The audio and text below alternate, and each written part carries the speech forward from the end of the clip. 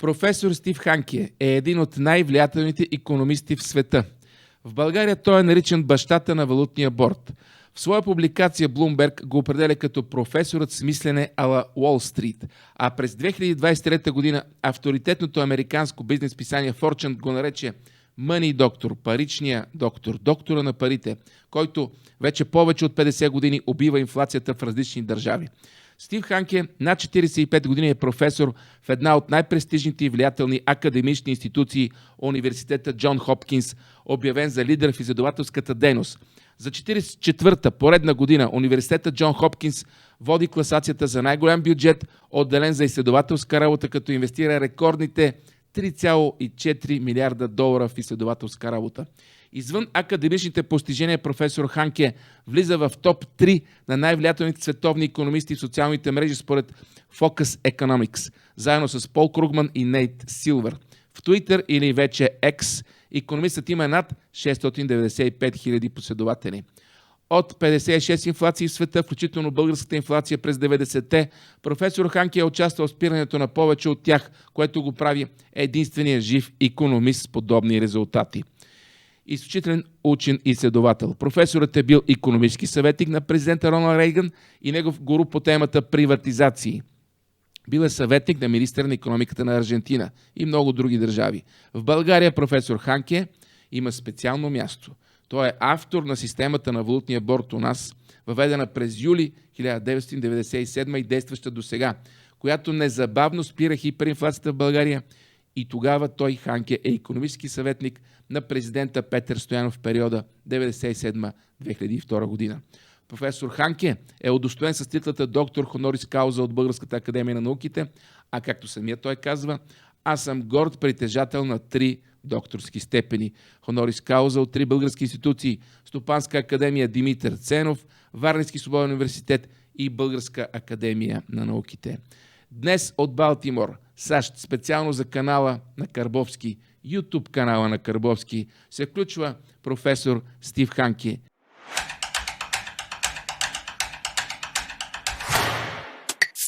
Hello, Professor Hanke. How is the weather in Baltimore? The weather's pretty cold in Baltimore. Unusually cold, actually. I'm very honored to speak with you. How about Sofia? And Sofia is very cold, minus 10.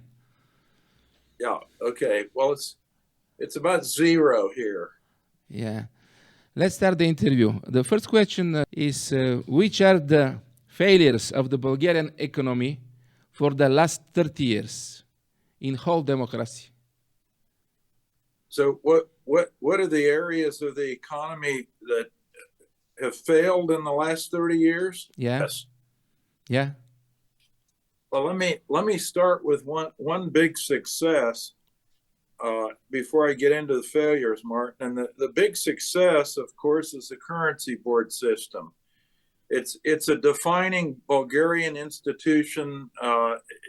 It's the crown jewel of all of the post-communist institutions in Bulgaria. It works very well.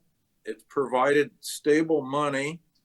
And if you look at the ratings for sound money made by the Fraser Institute, Freedom of Economics in the World in 2023, the rating is actually superior in Bulgaria than it is in Germany, France, Italy, Spain, all of the EU.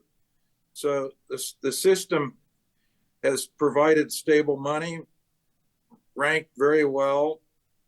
It's also provided a discipline on the fiscal authorities because the Bulgarian National Bank cannot extend credit to the fiscal authorities, to the government. So Bulgaria has had a history of low deficits, low debt to GDP, and so that part of the system has worked very well. Let's say the monetary and fiscal situation has worked well since July of 1997 when we installed the currency board. So that's a big success. Now the failure side was obvious to me when I was President Stoyanov's advisor in 1997, and that is corruption. Mm-hmm. Corruption has never been done away with, and that gets into the area of government effectiveness. If you look at the second failure is government effectiveness, and it is related to corruption. They're kind of intertwined. But the government effectiveness ratings by the World Bank are very poor in Bulgaria, not only in absolute terms, but relative to everybody else in the region. And one way that you can see this failure of government effectiveness is just think about COVID and how the government handled COVID. It was a complete disaster in Bulgaria. So that would just be one indicator of the ineffectiveness of government. So first failure, not being able to reduce corruption. In fact, the ratings on corruption are actually getting just a little worse over time. They're not getting better, and they're not stable. They're actually getting a little bit worse. The second thing is this government effectiveness. The third thing is the fact that Bulgaria hasn't put in what I recommended a long time ago, and that is something called a fiscal debt break, like a Swiss debt break or a German debt break, where what's this? In the Constitution, there is a constitutional rule that governs the way the fiscal affairs have to be managed. The budget has to be balanced, and government expenditures in Switzerland can't increase any more rapidly than the rate of growth in the economy. Now, that was passed, by the way, in 2001 by 85% of the Swiss. They had a referendum. Yeah. They had direct democracy. They didn't have their representatives with indirect democracy passing a constitutional amendment. They have referenda in Switzerland on all these big issues. And in 2001, they put in the famous Swiss debt break. And I think that in combination with the currency board would just be terrific in Bulgaria. Now, the other overarching thing is that in terms of failure, is Bulgaria's political class really takes its orders from Brussels and Washington, D.C. So that there's really not independent political thought and independent movement. There was, by the way, when we put in the currency board in 1997, Stoyanov was the president, Kostov was the prime minister, and we put it in. Yeah, it was Bulgarian. It was Bulgarian. It wasn't orders from Washington. It wasn't orders from Brussels, because, of course, you weren't even in the EU then. Yeah. So that would be my summary of the successes and failures, Martin. You might want to follow up on some of those. Yeah. And the U.S. failures, the U.S. economic failures. Well, I think the big failure in the United States. Let's start just recently, in the last 5 years, not the last 30 years. Yeah. So, COVID was a big disaster in the United States. We locked down in the United States, like in Bulgaria. And let me, just like Bulgaria, it was a complete disaster, and I know what I'm talking about because I'm holding up a book that was published in London by the Institute for Economic Affairs. Yeah. And it's called Lockdown, COVID-19. And I'm one of the co-authors, along with Jonas Herbe, Lars, he's in Denmark, Lars Joning in Sweden, and myself. Yeah, what's the answer of this question? Okay, they didn't work. Let me just give you the summary statistics. We did what they call a meta-analysis. And we looked at all the literature that was available, and we had about 3,000 studies. and articles that we reviewed. And out of those, we ended up with 22 high quality studies that we could actually do very heavy duty quantitative research on. And our findings were the following. For the United States, remember, they predicted, the Imperial College of London predicted that we'd have around 2 million deaths in the United States if we didn't lock down. Mm-hmm. Well, we locked down, and the question is, how many lives were saved? And that's what we studied. How many lives were saved? And depending on how you look at the metrics and so forth, between 4,000 and 16,000 lives were saved because of the lockdowns.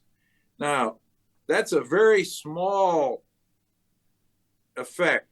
And to give you a perspective, the normal deaths every year in the United States from just common flu is 38,000. Mm-hmm. So it saved 4,000 to 16,000 lives, but normal flu kills 38,000. Now look at Europe. In Europe, we estimated that the lockdown saved between 6,000 and 23,000 lives. But the normal flu season, 72,000 people die in Europe every year because of just ordinary flu. Yeah. So the lockdowns had a minor effect on health and mortality, but of course they destroyed the economies, and education and health and so forth and so on. So the costs were absolutely staggering. It was one of the worst public policy decisions that's been made after World War II, is the lockdown. Mm-hmm. So the United States was just as ill-informed and bad as Bulgaria in terms of COVID lockdown. Now, the second big error that was somewhat related to the COVID lockdown was the monetary policy of the Federal Reserve. Yeah. And once the pandemic hit in February of 2020, the Federal Reserve accelerated the money supply. They grew the money supply very fast. Yeah. It peaked at 27% per year. The monetary growth was that excessive. And to hit the inflation target of 2% in the United States, the money supply should be growing at about 6%. Well, it went up to about 27%. We got in June of 2022 record inflation, 9.1% in the United States. Mm-hmm. And now they have contracted the money supply. It's gone down now since March of 2022 by 4.5%. And that contraction is unprecedented. We haven't seen that since 1929, 1933. And that means what? We will have a recession in 2024. Yeah. So the monetary policy, it went up to a maximum and then down, crashed to a maximum. So that's been a huge mistake. The third mistake is the fact that in April of last year, Jake Sullivan, who's the national security advisor in the White House, President Biden's national security advisor, gave a speech at the Brookings Institution where he said and announced that the economic model in the United States was going to change. We were going to change from basically a free market structure to what they call a statist or an interventionist or industrial policy, they call it, where the government is deciding all the major decisions about where investment should go and what the priority should be. The fourth big problem in the United States is the fiscal problem. We have a much bigger problem than you have. Our debt to GDP ratio is over 100% in the United States. Yeah. It's I think around 25% or a little less in Bulgaria. So the fiscal problem is a big problem. I happen to be a board member of something called the Federal Fiscal Sustainability Foundation, and we're trying to initiate a constitutional convention where all the states would get together and we'd revise the Constitution of the United States and put in something like a Swiss debt break, where the Constitution dictated that we could not run sustained fiscal deficits, and we would not be able to increase government spending any more rapidly than the rate of growth in the economy, so that the government couldn't get bigger and bigger relative to the whole size of the economy. So that would be the U.S. side of the picture, Martin. In Bulgaria, there are people who predict the collapse of the printed dollar. What do you think? Will collapse the dollar? I think there's a lot of talk about this. I think most of it is propaganda.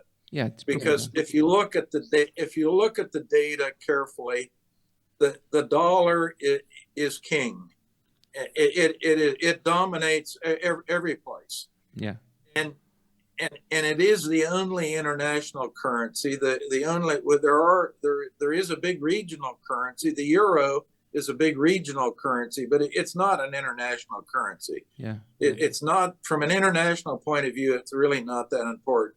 And then you go, probably the soundest currency in the world is a Swiss franc, but it's very tiny.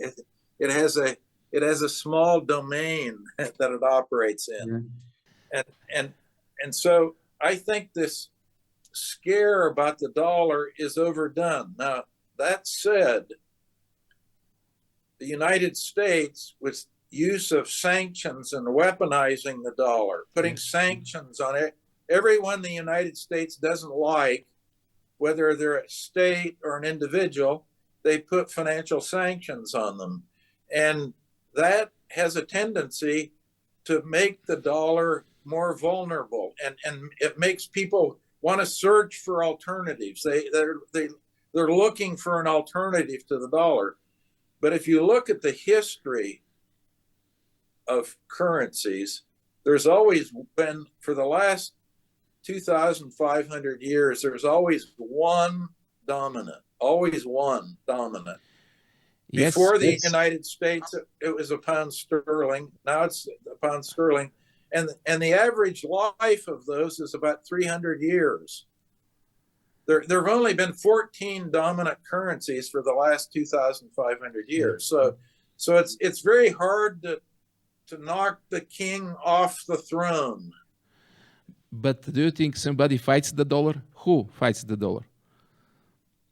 Well, right now, the big ones are China. Yeah. China is trying to expand and has been for 15 or 20 years, the scope of the use of the yuan, the Chinese yuan, the renminbi, the Chinese currency. That hasn't been very successful because the renminbi, the yuan, Chinese yuan, the Chinese money, it isn't freely convertible. Yeah. So that's a problem. So China fights it. And of course, you've got Russia fighting it. You've got Iran fighting it. You basically have everyone that the United States is in a conflict with, and everyone in particular that has suffered from sanctions from the United States, even like Venezuela. Venezuela's sanctioned. Yeah. And of course, they try to get rid of the dollar, but the dollar dominates in Venezuela, a country I know very well because I was President Caldera's advisor in 1995, 1996 in Venezuela. So I know the scene very well. Everybody uses the dollar. Yeah. And it's the same place, every place you go in the world, they use the dollar. I understand. The dollar is the king. That's it. For now, it's the king. I think, unfortunately, the United States stupidly weaponizes it with sanctions. I am totally against sanctions on anybody because they don't work. They're not effective, and they usually come with high unintended costs. And also, if you look at the scholarship on sanctions, as I say, they don't work. And what they do, they create what's called a rally around the flag effect. In other words, we put sanctions on Russia. Well, what does that do? That makes the Russians rally around Putin. He gets stronger, not weaker. Why do you think Castro stayed in power all those years in communism in Cuba? Because we had all the sanctions on Cuba. Yeah. What about North Korea? Why do you think Kim's in power? Because we have sanctions on him. Yeah. It makes him popular. Mm-hmm. And sympathetic a little bit. The reality is, there are two reasons why I don't like sanctions. The first one is a principle. I don't like anything that interferes with free trade. So in principle, I don't like interventions. I don't like tariffs. I don't like quotas. I don't like sanctions, or any of these interferences. So that's the principle. Now, in practice, the reality is, if I look at the record of sanctions, just looking at sanctions, they never work as they're intended. They never achieve their stated goal. Very, very rarely. And I've looked through all the scholarship, all the records on this, almost no successes. Mm-hmm. So if something doesn't work, why do you keep using it? You know, they have this quote that's attributed to Albert Einstein. It says, and supposedly Einstein said, insanity is defined as doing the same thing over and over again, the same thing that doesn't work. Let's speak for the euro. Please give us advice about the euro. Does Professor Hанке see Bulgarian euro and Bulgaria in Schengen? I have been very much opposed to Bulgaria joining the euro. And let me just outline the main reasons for this. One is that the currency board system works exactly as I designed it. It works perfectly. And look at the ratings in the Economic Freedom of the World report for 2003. It just came out in December of 2023. And the soundness of the monetary system in Bulgaria is rated more highly than the Eurozone. Mm-hmm. So, you know, this old saying, we have it in America, if something is not broken, why try to fix it? It's stupid. It's a waste of time. So this is one factor. The second factor is that Currency Board is Bulgarian. It's a Bulgarian institution. And why would you want to give up the one creation of Bulgaria that is symbol at the top? Yeah. At the top. Yeah. And if you give it up and you go into the euro, you will never be able to escape the euro. You'll lose your sovereignty. You will have Frankfurt dictating everything on the monetary side. I think now it's the same. They dictate us everything in the left and in the euro. Well, in a way, that is true, because what is the lev? The lev is a clone of the euro. Yeah. With the currency board, the lev is a clone of the euro. It's the same thing as the euro. If you don't like your lev, take it in and exchange it at the Bulgarian National Bank or a commercial bank. Yeah. And you know exactly what you're going to get, how many euros, and you know that you'll get them because the reserves are 100% euros. Mm-hmm. So it's a clone. So that part of the sovereignty issue is one of monetary policy. The monetary policy is the same as the euro monetary policy. Mm-hmm. My point is another aspect of sovereignty, and that is, if you enter the eurozone, you will never escape. It'll be like, you know, that song, the Hotel California. if you Yeah, I check know in, this you're song. not Yeah. able to Yeah. check out. That's what's going to happen to you. So you will Forever. lose. It's forever. It's forever. So you will lose your sovereignty in this and this your regime sovereignty. And the regime sovereignty means what? It means, what if the euro goes bad? What if there's a disaster in the euro? Bulgaria could switch to the dollar, and the lev could be anchored with the dollar, or it could change to the Chinese yuan or the Japanese yen or whatever, or Rubla. gold. Why not rubla? It could change to anything. Yeah. So you have some insurance, and insurance is valuable. You have some degree of movement if you keep the lev and the currency board. And in the meantime, it works perfectly. Yeah. And it's a clone of the euro. So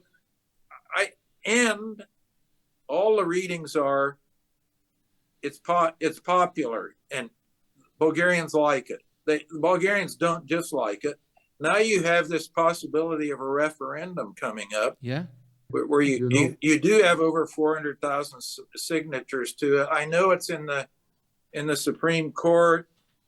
I happen to think the court's a little bit rigged, especially with the two new appointments to the court, and the reason for the delay in the court. I think this is all a political game going on. Yeah.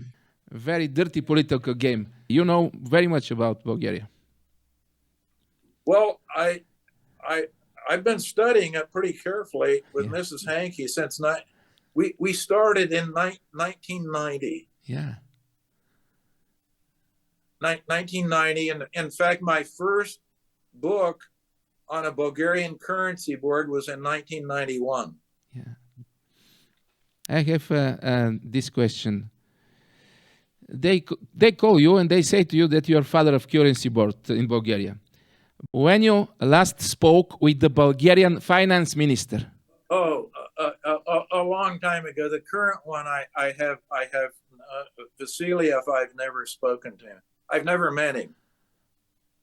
No, I've never spoken to him, and I've never even exchanged an email or a letter with him. So I personally don't know him. I know his record, but I don't know him personally. What do you want to say now to our finance minister? Start disciplining the budget. He's been a disaster, and all you have to do is look at the COVID period and the huge surge of inflation in that COVID period. That was really his responsibility. Mm-hmm. He was a finance minister then too. You know, they keep changing so fast; it's hard to keep track.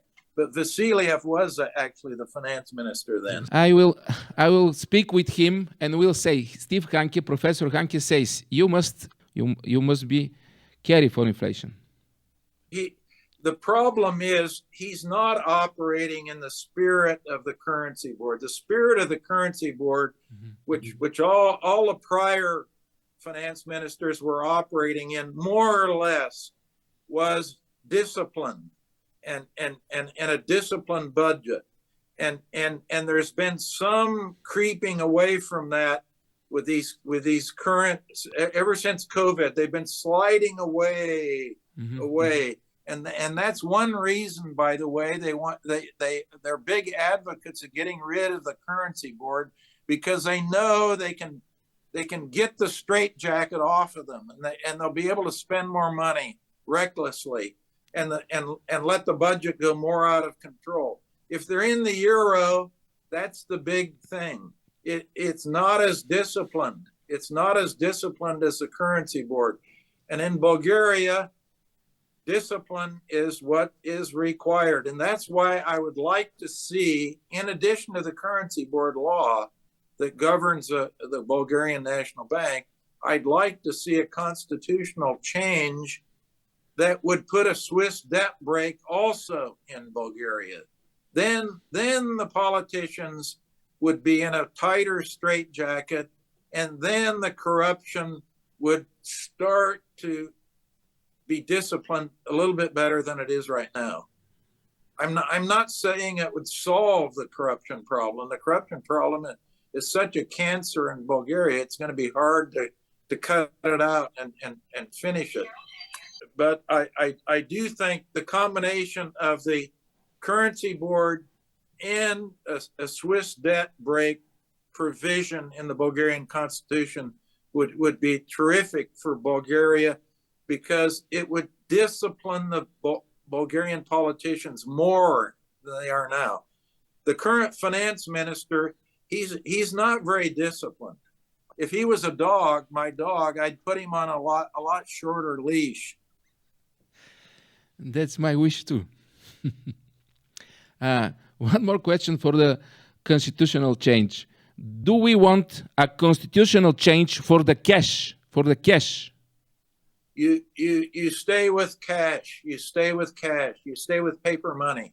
If you go to digital money, it'll be like the old communist days where they can track everything you're doing. So in Bulgaria, this would be a disaster, because the intelligence and secret police in Bulgaria, they would know every lev you were spending, and they'd be able to watch you. Yeah. Thank you for this advice. What do you think, Professor Hанке, for the Green Deal? Okay, so the Green Deal, in summary, the Green Deal, as it affects Bulgaria, is potentially pretty damaging, because, as you know, coal is about 31% of the energy produced in Bulgaria is produced by coal. Yeah. So you got to shut down all these coal mines in Bulgaria. You're going to lose tens of thousands of workers are going to be losing their jobs. So the Green Deal, this is part of being in the EU club. Bulgaria is riding at the back of the bus. They dictate what you have to do in Sofia from Brussels. Yeah.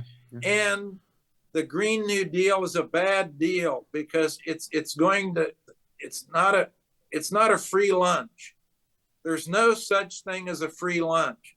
It's going to cost a lot of money and a lot of Bulgarian jobs. Any way they cut it. Forget the propaganda. Yeah. Forget the propaganda. The reality is, you're eventually going to shut down all these coal mines. That's 31% of your electric capacity right away. So, in general, without getting into all the details, it's going to cost a lot. Mm-hmm. Maybe you understand, Mr. Hанке. Our Bulgaria's energetic system, we are starting to buy electricity, and until now we were selling electricity. We are in a very big problem, in a trap. You're in a trap. I think the only way out are these small and medium-sized nuclear reactors. These are very, very new technology. But which American small reactors, or Chinese or Russians? Which reactors? Right now, one of the companies that I'm talking with happens to be Italian. Italian. Mm-hmm. So this is the cutting edge technology. They're small reactors, and they operate on what's called MOX fuel, MOX. Mm-hmm. And I know something about this, because I'm a chairman of a company, the only company in the world that can recycle plutonium into MOX. Mm-hmm. And the MOX fuel is used in these small, medium-sized reactors. And the Italian ones use 100% MOX fuel. So you don't use uranium. So you won't be dependent on producers of uranium, for example, like Russia. Yeah. It's very clean, it's very safe, it's very efficient, and I think that's the future. It's expensive, yeah. No, I think the cost is reasonable. I think it's feasible. I wouldn't be recommending it if I didn't think it was. I'm always looking at cost. Yeah. You know, you want to be able to build things, and the nice thing about these, you can build them and on time. The problem with these big reactors, you can't finish them on time, and they cost way more than the original estimate. That's the big problem. With these smaller ones, that's not the problem. You can build them on time and on budget. I think you must be our finance minister. I invite you to be. Do you hear me? Well, that's a very attractive offer, since Mrs. Hanke and I like Bulgaria very much. Super. You accept, I think. Yes. Yeah. Do you see the war on the horizon, the big war? I think there's a real danger of a big war. Let me talk about the two areas that are relevant. One is, of course, Ukraine, which Bulgaria is all tangled up with Ukraine. My view is that, one, Russia will not lose the war. Point number one, Russia is not going to lose. And there'll be some kind of settlement. It might be a temporary settlement, but there'll be some kind of settlement. Exactly what that looks like, I don't know. And I don't think anyone does, because it's like, I'm not in the business of, if you flip a coin and it's spinning around in the air, that's what's going on now. And I don't know which way it's coming down. And we have the same problem in the Middle East with Gaza and Israel. Now that war is unlike the one in Ukraine that's contained, and I think will end at some point, at least end temporarily. How it ends, I don't know. And what it looks like after that, I don't know. But the one with Israel and Gaza is a different situation, because the coin's spinning, and I don't know which way it's going to land. I'm not predicting which way it's going to land, but I do know one thing: the war is escalating, and it's becoming regional, and becoming more dangerous all the time. The Middle East. So that's the Middle East and Asia. What about Asia? Well, the United States is basically trying to provoke China, in my view, and that is somewhat unstable. Yeah. So we have the European situation that's, we don't know which way the coin's going to fall. We have the Middle East, the coin's in the air. We don't know which way it's going to fall. And we also have Asia, the coin's in the air. We don't know which way it's going to fall. So we're in a situation that is, I think, dangerous. Maybe we must stop the American provocations. I would certainly advocate that, because a lot of the funding and the weapons for these two wars in Ukraine and the Mideast are coming from the United States. So if the United States politicians stop the money and stop sending the arms, the wars would stop. Now, China is a different thing. China is different, because the U.S. in October of 2023, the Commerce Department, the U.S. Commerce Department, put out a long report, almost 200 pages long, in which they basically declared economic war on China. So that provocation, it has nothing to do with sending weapons and sending money. It's a provocation based on commercial interests. So what you have to think about, the U.S. is an empire. Yeah. It's the biggest imperial power in the world. I agree. And that you have to think that way. And think about it this way. Here's the situation Bulgaria is in now. It's a little bit like going back to the Ottoman Empire, the old Ottoman days, where all the orders came from Turkey. Mm-hmm. Now, in Bulgaria, all the orders, they either come from Washington or Brussels. And so that's the story. There's not much else to say. Yeah, not much. And my problem is the following, Martin. Either you run the show or the show runs you. Mm-hmm. Yeah. And the problem in Bulgaria, no one in Bulgaria is running the show. Yeah. The show's running Bulgaria. And it's very similar to the Ottoman situation. It's more similar to the Ottoman situation than the Soviet situation, which is another long story. But I think it's much more similar to Ottoman than Soviet. Do you think Brussels is Moscow? It's like Moscow now? No, it's more like Turkey. Uh-huh. It's more like the Ottoman. It's much more like the Ottoman, because the old Moscow days, when the Russians came after World War II, the red carpet was laid down in Bulgaria for them to come in. The Bulgarians wanted them to come in. Yeah. The Bulgarians thought they saved them. In general, I'm saying broadly speaking. I'm not talking about every Bulgarian, of course. Yeah. Okay. But generally, and that wasn't the case with the Ottomans. They didn't want the Ottoman. They didn't want the Turks coming in. Yeah. So I think the situation now is much more like the analogy would be Ottoman, not Soviet, and that's the reality. In this reality, Professor Hанке, I read you. You say you told us to buy land, to like investigation, like what? Why to buy land? Oh, land. Oh, Land. yes. Land. Okay, Land. yes. So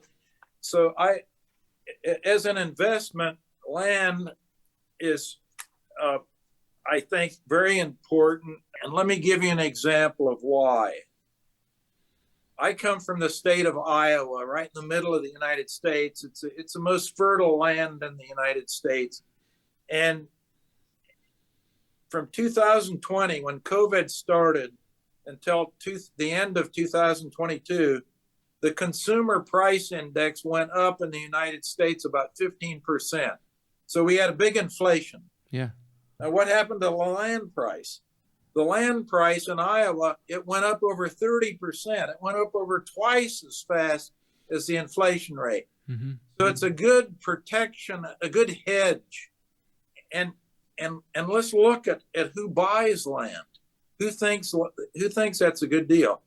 You know who the largest landowner in the world is? It's King Charles in the UK. Yeah. He owns 2.7 million hectares of land. He's the biggest one. If you look in the United States, Bezos, Bezos, he owns 170,000 hectares. Bill Gates, he owns 110,000 hectares of land. If you look in Bulgaria, the largest landowner, I think, is, if I'm pronouncing right, you can correct me, Lichowski.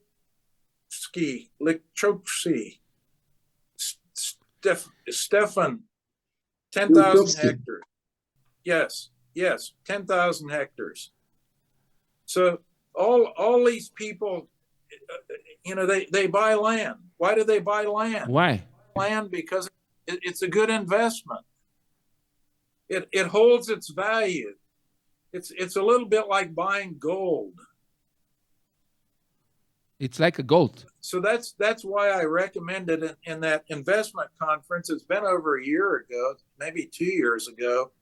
I spoke to a group of investors over Zoom in Bulgaria, and and they asked me what I'd be buying in Bulgaria, and I said, well, in general, I'd buy some land. And I haven't checked the land price in Bulgaria, but I'm certain it's gone up.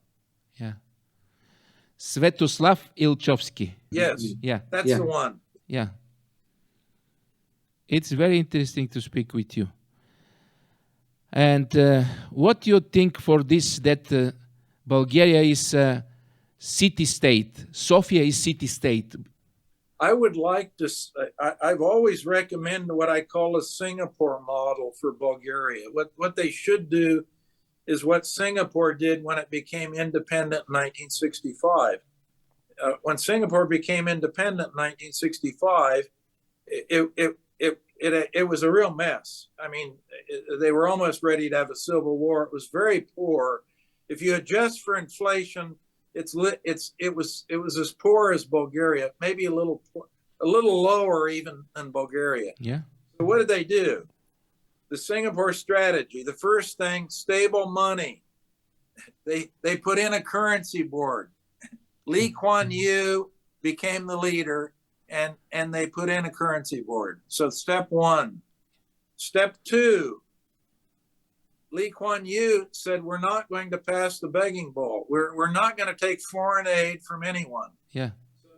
Right now, all the politicians in Bulgaria, they do just the opposite. They're going with a begging bowl to Brussels, trying to get money. Yeah. That's all they do. They don't know how to do anything else except to go to Brussels and beg for money.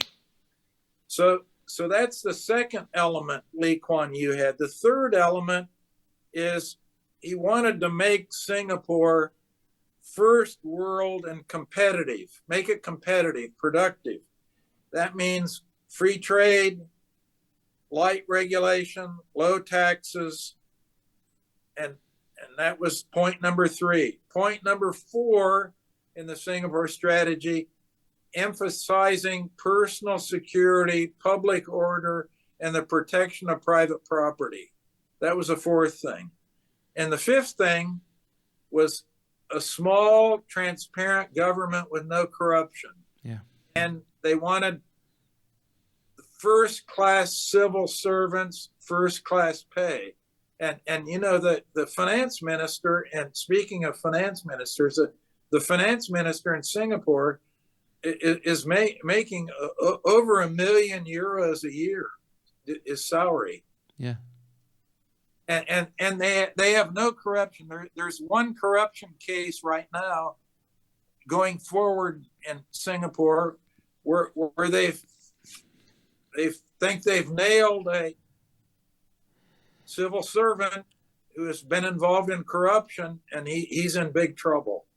Mm-hmm. But corruption is very rare. So what have you got? 1965. That isn't that long ago. You know, it's a little over 50 years, half a century. They were lower income than Bulgaria, and now they're one of the top in the world. Yeah. Because of the Singapore strategy. I've recommended that approach in Bulgaria, and the problem is that the Bulgarian politicians, they've become hooked. It's like a drug addict. They're hooked on the drugs being given to them by Brussels. And what's that? The grant money that's given to them by Brussels. You speak about green. They're going to shut down all these coal mines and everything. And Bulgaria is running. The only way is to get money from Brussels. They have to go to get money. They have no another idea. No original ideas. I think that, as I say, we're going back to 1997 with a hyperinflation. The only original idea that's come out of Bulgaria since communism is the currency board. Because of you. I hope the people in Bulgaria are allowed to vote in a free referendum on that issue. Because if they will, they'll vote for it. And of course, that's why the Supreme Court and all the political parties are panicked. They're panicked. that the Bulgarians will be able to freely vote for something like the Swiss vote in a referendum, because they're panicked to think that the Bulgarians will vote to keep the left, which I think they will. But can I say what I think, Professor Hанке? The Americans come here after 1990 and they promise us democracy. We don't have democracy. We are not free to choose. We don't have democracy. That's my opinion. That's why I think there are two changes that I think would improve the situation a lot in Bulgaria. One is that all the big decisions in Bulgaria should be made by referenda. Mm-hmm. Not representative democracy, because the point is most of the representatives are crooks or corrupt. It's the politicians who are corrupt. The corruption problem in Bulgaria is the politicians. So those representatives are in general corrupt, and you want to minimize their reach into decision making. You want to minimize the reach of the politicians. So you do that with direct democracy. Mm-hmm. For big decisions, you have a referendum and go directly to the Bulgarian people, and you bypass the politicians. So that would be one recommendation. The other recommendation is that you have many more decisions in which supermajority votes in the parliament are required, where you needed at least 2/3 of the parliamentarians to vote. Yeah. And that you would have many fewer laws would be passed. And the laws that are passed, many of them just enable corruption. Mm-hmm. They're just a license for corruption and stealing. Mm-hmm. But so you would have many fewer of those if you had supermajority voting in the parliament. 2/3 majority required for no law could be passed unless 2/3 of the parliament were voting yes. So that would be one change. And the other change would be a constitutional change requiring all major decisions had to be with direct democracy referenda, like Switzerland. Yeah. Last question, please, Professor Hанке. You know a lot about Bulgaria. Do you know who is the American ambassador here now? I do not know, because I haven't been in contact. So the answer to that is a point blank no. I do not know. However, I know how the system works, and the system works. The American embassy dictates a lot of what goes on in Bulgaria. That I know for sure. Yeah. And if it isn't the American ambassador, I do know the Secretary of Defense, Lloyd Austin, who, as you know, visited Sofia. Yeah. Why did he visit Sofia? We don't know. I know why. He told them what to do in Ukraine. He was there to deliver orders. He wasn't there to visit Sofia and go to the opera, which Mrs. Hанке and I love, by the way. Yeah. That's another great institution. The Sofia Opera and Ballet is one of the best ones in the world, actually.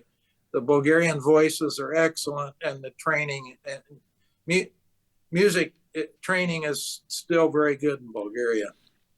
Really, last question. Give us advice for demographic problem. We are dying nation. What can we do? I know the demographics. I mean, Bulgaria has fewer people than when I was Stoyanov's advisor in 1997. Yeah. Until he resigned. So what I think, you've got to go with the Singapore strategy. The Singapore strategy allows for a lot of foreign investment, a lot of high tech, all these automation, because what do? they're slowing down in China. The population, they have a population problem in China. What are they doing? They're using more and more high tech, more and more robots. So you go with high tech. You don't need as many people. And the Bulgarians, by the way, are very clever. And still the education system can produce high quality people. Unfortunately, what happens to the Bulgarians, they train them, they're very clever, and then they leave. Yeah. So Bulgaria is suffering from what I call a skimming the cream problem. We get the cream. Yeah. Because the Bulgarians I meet in the United States, number one, they're much more flexible than most people. So they assimilate into the population very quickly. Yeah. And most of them are very, very highly skilled and end up being very successful. So the top layer is going, they go to the UK, they go to the United States, they go to the EU, they skim them off. So I think they would stay in Bulgaria. Many of those people would stay in Bulgaria if Bulgaria had a real Singapore strategy,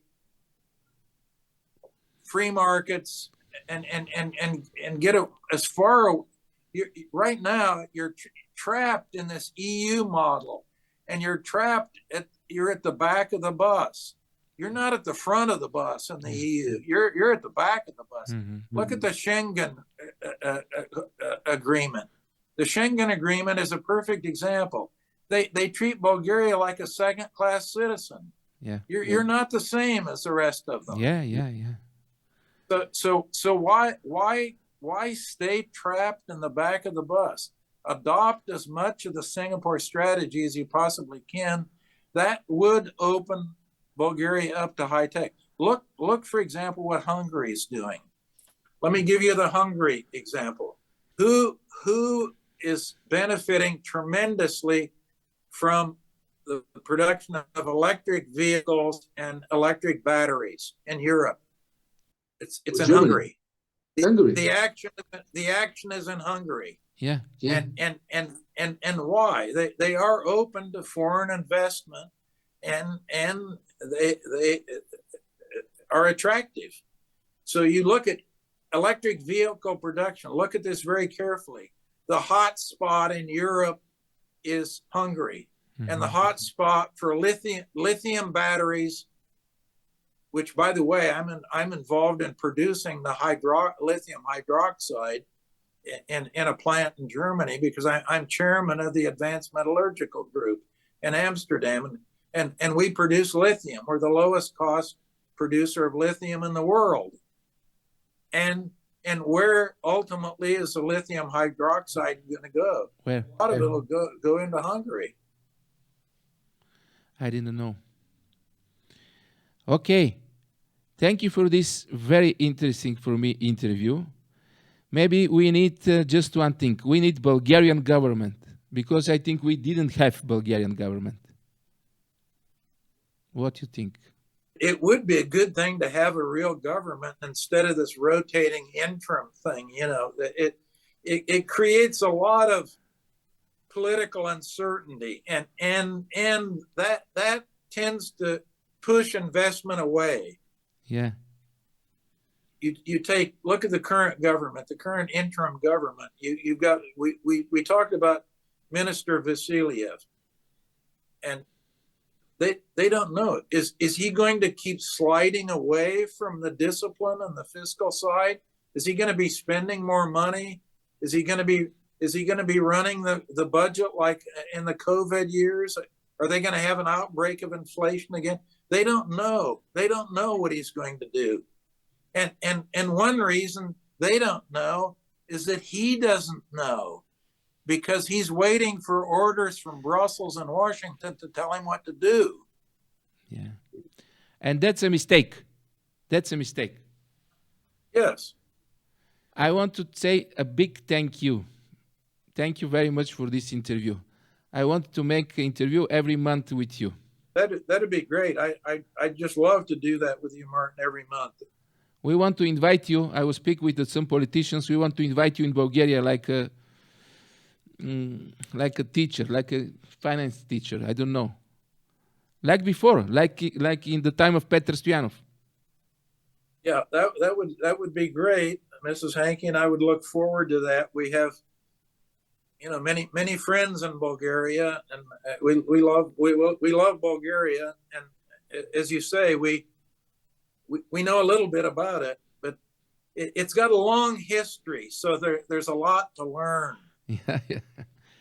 And you must know, we love America because just in America, you can speak freely like you today. Because in Bulgaria, in national television, this talk is not possible.